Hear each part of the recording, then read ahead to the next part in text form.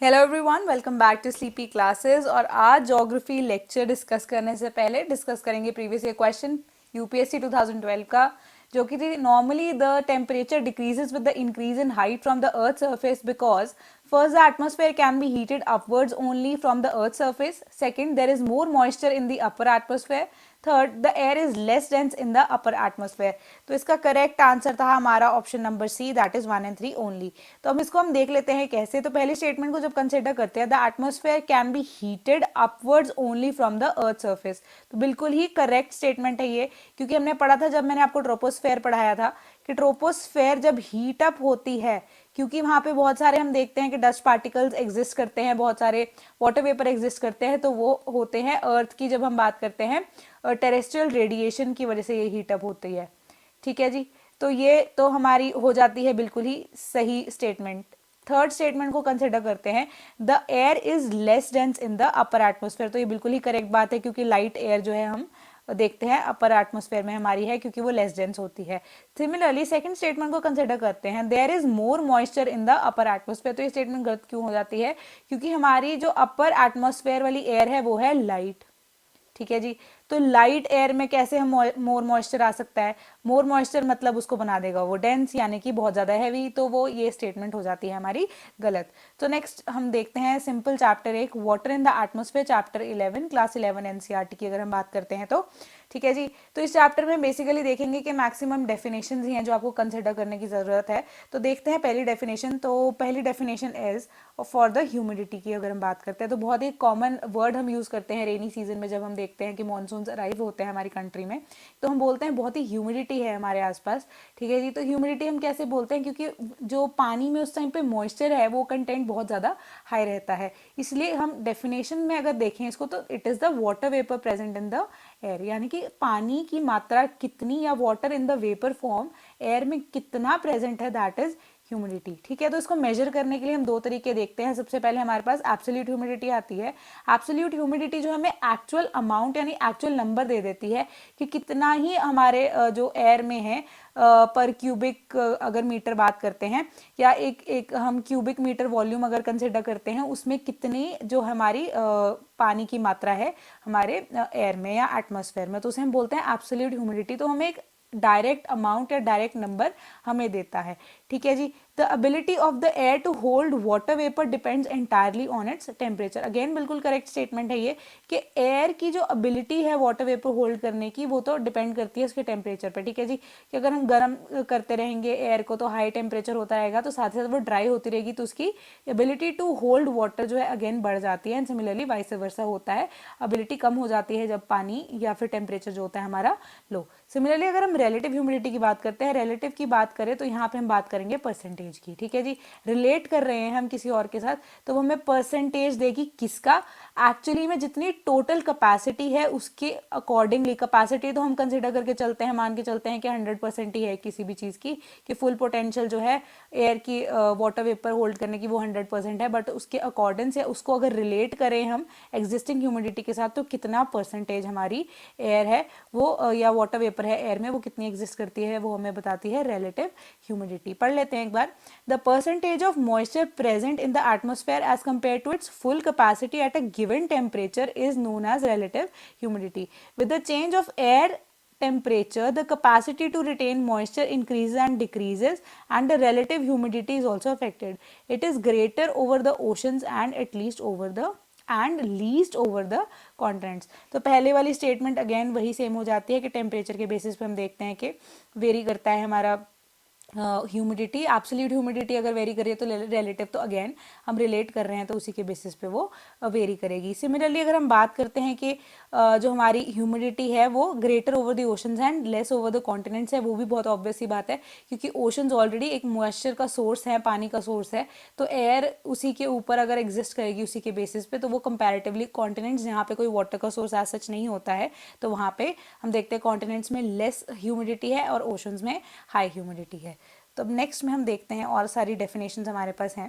That is saturated की बात करते हैं। ठीक है, सैचुरेटेड का मतलब कि एक ऐसा पॉइंट, यानी कि एक ऐसी हम कह सकते हैं मात्रा कह सकते हैं, या एक ऐसी कैपेसिटी एयर की या फुल कैपेसिटी जिसके बियॉन्ड जो है वो हवा और पानी या मॉइस्चर होल्ड नहीं कर सकती, उसे हम बोलते हैं सैचुरेटेड एयर। ठीक है जी, कि एक 100% अगर हमारी रिलेटिव ह्यूमिडिटी है तो 100% जो है हमारा होगा सैचुरेशन पॉइंट या सैचुरेटेड एयर। अगर हम बोलेंगे कि अगर 100% ह्यूमिडिटी है या रिलेटिव ह्यूमिडिटी हमारी 100% आ गई तो हम बोलेंगे उसको सैचुरेटेड एयर, यानी कि ऐसी एयर जिसके बियॉन्ड जो है वो air incapable of holding any additional amount of moisture at that stage. Similarly due point की बात करते हैं तो ड्यू पॉइंट वो पॉइंट है जहां पे, ठीक है जी, saturation occurs in a given sample of air is known as the dew point, यानी कि जिस टेम्परेचर पे ये हमारे पास 100% सैचुरेशन ऑफ एयर हो रही है उस पॉइंट को या उस टेम्परेचर को हम बोलेंगे हमारा ड्यू पॉइंट। सिमिलरली इवेपोरेशन की बात करते हैं, ये एक ऐसा प्रोसेस है जहाँ पे पानी जो ट्रांसफर हो जाता है इनटू गैशियस स्टेट, यानी कि लिक्विड टू गैशियस स्टेट। बहुत ही सिंपल हम देखते हैं फंडा ये रहता है। लेटेंट हीट की बात करते हैं, वो टेम्परेचर जहाँ पे पानी इवेपोरेट होना स्टार्ट हो जाता है तो उसे हम क्या बोलते हैं, लेटेंट हीट ऑफ वेपराइजेशन। ठीक है जी। नेक्स्ट इज कंडेंसेशन की जब हम बात करते हैं, कंडेंसेशन अगेन एक बहुत ही सिंपल सा हमारा प्रोसीजर कि जैसे transformation of water vapour into water is known as condensation, यानी कि पहले तो हीट अप कर रहे थे तो इवेपोरेशन हो रही थी, उसी वाटर वेपर को अगर हम कोल्ड प्रोसीजर में डाल देते हैं या कूल डाउन कर देते हैं तो हमारे पास क्या हो जाती है, हमारी कंडेंसेशन हो जाती है। ठीक है, जब भी कोई फ्री एयर होती है या हवा में एयर है, कंडेंसेशन किस वजह से होती है, cooling from very small particles, ठीक है, termed as hygroscopic condensation nuclear. ठीक है जी, अब ये क्या चीज़ है, हम ये देखते हैं जब हवा में पानी वाटर वेपर इवेपोरेट हो रहा होता है, ठीक है, तो ये लाइट हो जाता है, हैवी मतलब हैवी अमाउंट जो है नीचे आ जाता है, तो लाइट या लेस डेंस जो है ऊपर चला जाता है। तो सिमिलरली जब इनको कंडेंस करना होता है हाई एयर में जाके, तो मैंने आपको यही बताया था ट्रोपोस्फेयर में हमारे पास सारी वेदर की जितनी भी कंडीशंस हैं वो एग्जिस्ट करती हैं, या वेदर जो हमारा एग्जिस्ट करता है, क्लाइमेट एग्जिस्ट करता है, वो ट्रोपोस्फेयर की वजह से एग्जिस्ट करता है। और साथ ही साथ मैंने ये भी बताया था कि ट्रोपोस्फेयर में हमारे पास वाटर वेपर्स के साथ साथ डस्ट पार्टिकल्स भी बहुत ज़्यादा है। तो जब कंडेंस करते हैं, कंडेंस करने के लिए हम देखेंगे, आप एक्सपेरिमेंट भी किया होगा आपने कभी, कि कंडेंसेशन के लिए हमें एक पर्टिकुलरली कोई ना एक सरफेस की ज़रूरत होती है। ठीक है, तो सरफेस हमें प्रोवाइड कौन करता है, ये वाटर वेपर के साथ साथ हमारे जो डस्ट पार्टिकल्स है ना, ये हमें सरफेस एरिया प्रोवाइड करते हैं कंडेंसेशन प्रोसेस के लिए।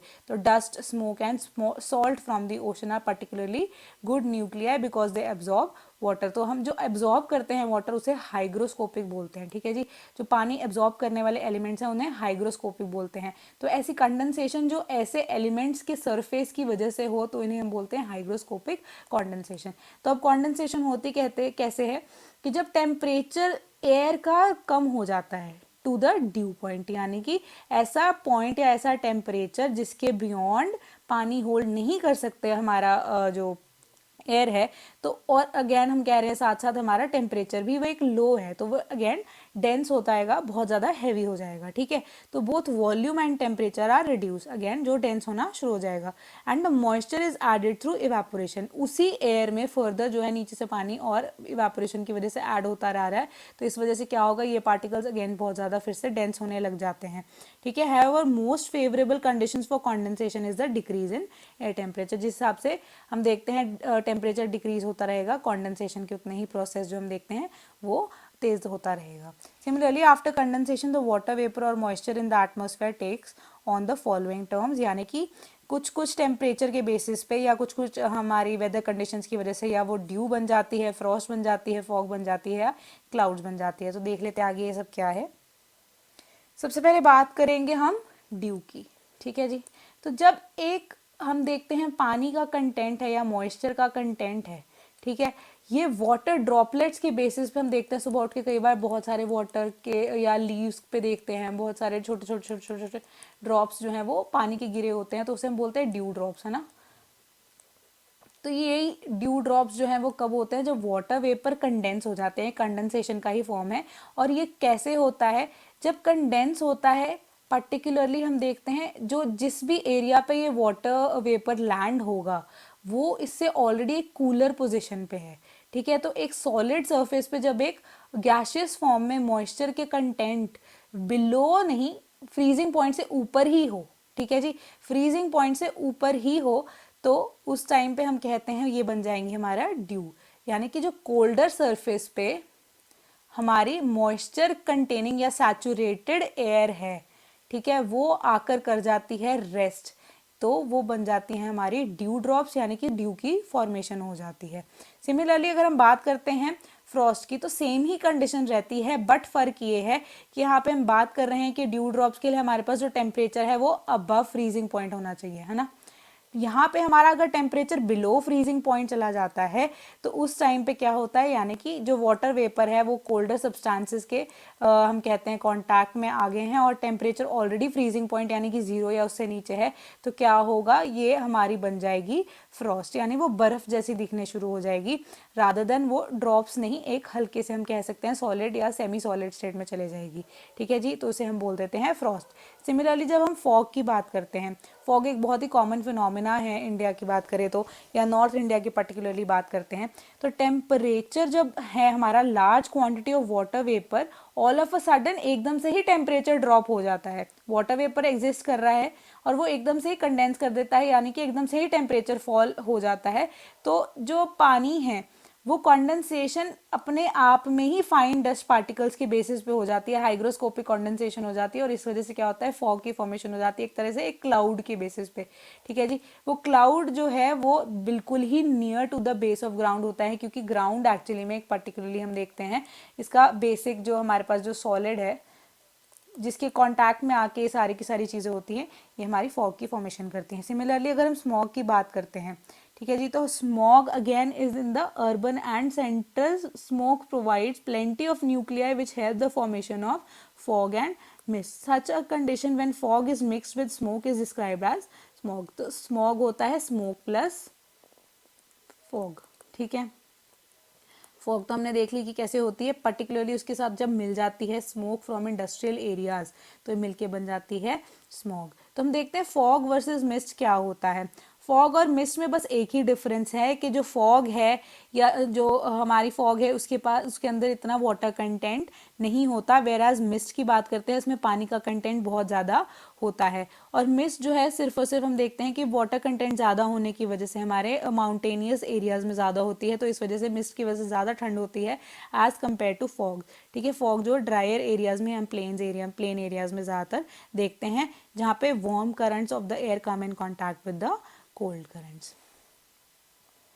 सिमिलरली अब हम देखते हैं क्लाउड क्या है। क्लाउड एक सिमिलरली एक मास ऑफ मॉइस्चर है, ठीक है, वाटर ड्रॉपलेट्स का ही एक मास है, या जो हम कह सकते हैं tiny crystals of water vapours जो है of ice formed by the condensation of the water vapour in free air at considerable elevations के बेसिस पे हम देखते हैं हमारी क्लाउड्स की फॉर्मेशन होती है। तो डिफरेंट डिफरेंट लेवल्स पे या डिफरेंट डिफरेंट एरियाज पे हम देखते हैं हमारी क्लाउड्स की फॉर्मेशन रहती है। तो सबसे पहले हम बात करते हैं सिरस क्लाउड्स के बारे में। तो ये हम फेदरी क्लाउड्स बात करते हैं, यानी कि ऐसे दिखते हैं कुछ सिरस क्लाउड्स कि बहुत ही ज़्यादा फेदर्ड है, आपस में कटे हुए रहते हैं, तो बेसिकली एक फेदरी लुक देते हैं। ठीक है, और वाइट इन कलर होते हैं, और इनको ऑल्टीट्यूड के बेसिस पे कंडेंसेशन होती है, तो डिफरेंट तरह के क्लाउड्स होते हैं। तो ये 8000 से 12000 मीटर पे एग्जिस्ट करते हैं। सिमिलरली अगर हम निम्बस की बात करते हैं, निम्बस जो है ब्लैक या डार्क ग्रे क्लाउड्स होते हैं जो ओपेक टू सनरेज होते हैं और बहुत ही ज़्यादा डेंस होते हैं। ठीक है, और शेपलेस रहते हैं और थिक इन वाटर वेपर है। ठीक है, मिडिल लेवल पे हैं, लो लेवल पे नहीं है, हाई लेवल पे नहीं है, मिडिल लेवल पे है, and are very near to the surface of the earth. ठीक है, दैट हाँ sometimes they very much low that they seem to touch the ground. तो बहुत ज़्यादा कॉमन है हम निम्बस जो क्लाउड्स देखते हैं। सिमिलरली अगर हम स्ट्रैटस की बात करते हैं, ये लेयर्ड क्लाउड्स हैं, तो हम नाम से ही इसको देख सकते हैं स्ट्रैटस, यानी कि स्ट्राटा की बात हो रही है। ठीक है, स्ट्राटा मीन्स लेयर्स बहुत सारी, तो बहुत सारी लेयर्स बना के जो क्लाउड्स फॉर्म होते हैं। ठीक है, या तो ये फॉर्म होते हैं जब हम लॉस को हम कह सकते हैं, या लॉस ऑफ हीट होती है, हमारे पास हीट लूज हो रही है, उसकी अगर मिक्सिंग हो जाए with the air masses with different temperatures, यानी कि हीट भी लूज कर रहा है हमारी एयर, ठीक है, और हीट लूज करने के साथ साथ डिफरेंट टेम्परेचर्स के बेसिस पे बहुत सारे एयर मासेस जो हैं या एयर में प्रेजेंट जो कंटेंट है वहाँ पे कंडेंसेशन प्रोसेस शुरू हो जाता है, और साथ ही साथ डिफरेंट डिफरेंट लेयर्स में हम कह सकते हैं डिफरेंट डिफरेंट लेयर्स में हमारे क्लाउड्स की फॉर्मेशन हो जाती है, और ये हम बोलते हैं स्ट्रैटस क्लाउड्स। सिमिलरली क्यूमुलस की अगर हम बात करते हैं, ये कॉटन की तरह ही दिखता है, क्यूमुलस सी से कॉटन भी आप इसे याद कर सकते हैं, ठीक है, cotton wool with a flat base, ठीक है, and existing in patches and can be seen in scattered here and then and there are generally formed at a height of 4000 to 7000 metres. तो आगे हम देखते हैं टाइप ऑफ क्लाउड्स में, हम इसमें सिर्फ आपको नाम याद करने की ज़रूरत है। तो हाई क्लाउड्स में हमारे पास कौन से हैं, सिरस, साइरोस्ट्रेटस एंड साइरोक्यूमुलस। तो ये मिलाकर आपस में देख रहे हैं हम कि तीनों के अलग अलग तरह के क्लाउड्स हैं। मिडिल क्लाउड्स की बात करते हैं तो अल्ट्रोस्ट्रेटस एंड ऑल्टोक्यूमुलस, और साथ ही साथ लो क्लाउड्स हैं stratocumulus and nimbostratus. Similarly cloud with extensive vertical development cumulus and cumulonimbus, ठीक है जी। तो हम बात करते हैं और डेफिनेशंस की, ठीक है।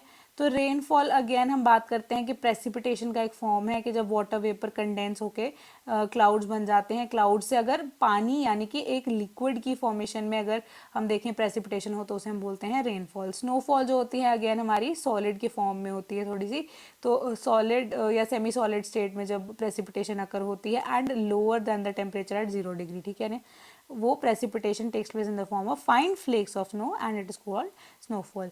Similarly sleet की बात करते हैं कि जब एक लेयर अगर हम एग्जिस्ट करते हैं, जैसे सपोज करो ये हमारी हॉटर लेयर है, ये हमारी कोल्डर लेयर है, और ये वाली लेयर इस लेयर के साथ कांटेक्ट में आ जाती है, तो अगेन क्या होता है कि ये जो नीचे वाली या ऊपर वाली लेयर है आपस में मिक्सअप होने के बाद एक थिन लेयर ऑफ कह सकते हैं हम आइस की तरह या आइस शीट की तरह बन जाती हैं, ठीक है। और फ्रीजिंग बिलो की बात नहीं कर रहे हैं हम, the temperature above the freezing point, ठीक है।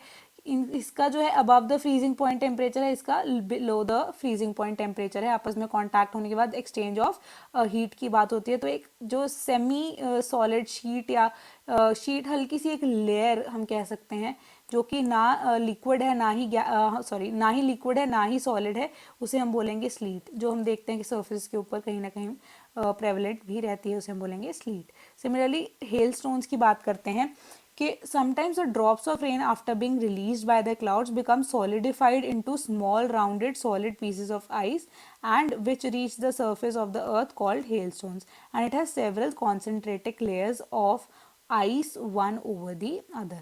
यानी कि अगर हम बात करते हैं तो बेसिकली हेल स्टोन्स की फॉर्मेशन के लिए जैसे इनिशियली तो है यहाँ पे बादल है, यहाँ से बारिश ही होना शुरू हो जाती है, ठीक है, बारिश हो रही है यानी कि precipitation in the form of liquid हो रही है। तो सिमिलरली ऐसा होता है कि नीचे लेवल से अर्थ के लेवल से ना जो हवा आ रही होती है दैट इज सो स्ट्रॉन्ग कि ये जो पानी आ रहा है ऊपर, अगेन जब हम बात करते हैं या साइक्लोन्स हम चेक करते हैं या हमारा जो नीचे से वाटर वेपर की फॉर्मेशन है वो इतनी ज़्यादा स्ट्रॉन्ग होती है, या जो अर्थ का पार अगर हम कह सकते हैं तो ज़्यादा स्ट्रॉन्ग होता है, तो ये जो अगेन हमारे जो रेनफॉल के बेसिस में या प्रेसिपिटेशन हो रही है, ये जो रेन वाटर का पानी है due to the force of the lower layers, ये इस पानी को कहीं ना कहीं ऊपर ले जाती है again in the troposphere upper most areas में हम ले जाते हैं इसे, ले जाती है हवा।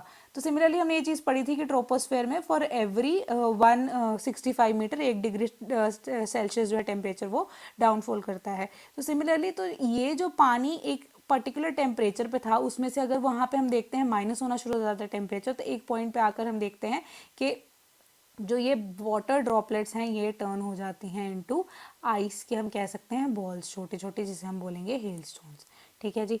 तो इस तरीके से हेल स्टोन्स की फॉर्मेशन होती है। सिमिलरली अगर हम रेनफॉल की बात करते हैं, टाइप्स ऑफ रेनफॉल भी रहते हैं। फर्स्ट इज कन्वेक्शनल रेनफॉल, तो बिल्कुल ही सिंपल कन्वेक्शनल करंट के बेसिस पे कि यहाँ पे हमारा मॉइस्चर है, मॉइस्चर्स पे हम देखते हैं अगर पानी डल रहा है, तो अगर हम बात करते हैं कि पानी की वजह से या गर्मी की वजह से हम कहते हैं कि हमारा जो एयर है वो बहुत ज़्यादा लाइट हो जाती है क्योंकि मॉइस्चर एब्जॉर्ब हो जाता है यहाँ से। अगर हम देख रहे हैं हीट आ रही है तो लाइट एयर जो है it rises gets picks up moisture gets cool down और वहाँ से जो है हमारी in the form of rainfall वापस आ जाती है। सिमिलरली अगर हम ओरियोग्राफिक रेनफॉल की बात करते हैं तो ओरियोग्राफिक रेनफॉल जनरली हमारी होती है इन द माउंटेन रीजन्स में क्या होता है कि जैसे जैसे हम देख रहे हैं डेंस या फिर हमारी हैवियर एयर जो है वो माउंटेन्स के नीचे ही कहीं ना कहीं कॉन्सेंट्रेटेड रहती है। तो ठीक है, जैसे जैसे गर्मी बढ़ती रहती है तो यहाँ से हम देख रहे हैं माउंटेन क्योंकि एक्ट्स एज अ बैरियर, ठीक है, तो ये माउंटेन के साथ साथ ही ऊपर एयर हमारी चलनी शुरू हो जाती है, ठीक है, क्यूमुलेट होकर ऊपर होनी शुरू हो जाती है। जैसे ही ऊपर ऊपर ऊपर ऊपर जाने लगती है तो इसका जो हम कह सकते हैं ड्यू टू द हीट अगर बात करें अगेन वो लाइट हो जाती है। And following the mountainous path, जैसे जैसे हम देखते हैं ऊपर ऑल्टीट्यूड पे जाती है ये एयर हमारी तो ये हो जाती है ठंडी, ठीक है। कोल्ड होने के बाद अगेन ये प्रेसिपिटेट कर देती है इन द फॉर्म ऑफ रेनफॉल, उसे हम बोलेंगे ओरोग्राफिक और रिलीफ रेनफॉल। सिमिलरली अगर हम बात करें साइक्लोनिक रेनफॉल की, ठीक है जी, साइक्लोनिक रेनफॉल जो है इसे हम फ्रंटल रेनफॉल भी बोलते हैं। ये तब होती है जब वार्म या हमारे कोल्ड करंट्स आपस में एक दूसरे से मिलते हैं, ठीक है जी। वार्म या cold current cyclonic rainfall generally हमारी होती है कहाँ पे, हमारे वाटर बॉडीज वाले एरिया में अगर होती है तो, ठीक है जी। जहाँ पे हम कोल्ड करंट वार्म करंट्स की बात करते हैं आपस में वो मिलते हैं तो उसके बेसिस पे हमारी साइक्लोनिक या फ्रंटल रेनफॉल होती है। तो जब आपस में कोल्ड प्लस अगर वार्म करंट से हमारे वो मिलते हैं तो वहाँ पे होगी हमारी साइक्लोनिक रेनफॉल या फ्रंटल रेनफॉल, क्योंकि यहाँ पे एक्सचेंज ऑफ टेम्परेचर रहता है तो उसी के बेसिस पे हमारी जो क्लाउड की फॉर्मेशन बहुत ज़्यादा थिक हो जाती है, डेंस हो जाती है और हैवी रेनफॉल भी होती है, ठीक है जी। तो ये था इसी चैप्टर में। तो इसके बाद अगले चैप्टर से पहले हम डिस्कस करेंगे ये question which is why are the dew drops not formed on the cloudy nights, ठीक है। First option is clouds absorb the radiation release from the earth surface, second clouds reflect back the earth's radiation, third the earth surface would have low temperature on cloudy nights, fourth clouds deflect the blowing wind to the ground level. तो मिलेंगे इसके answer के साथ next class में, till then thank you.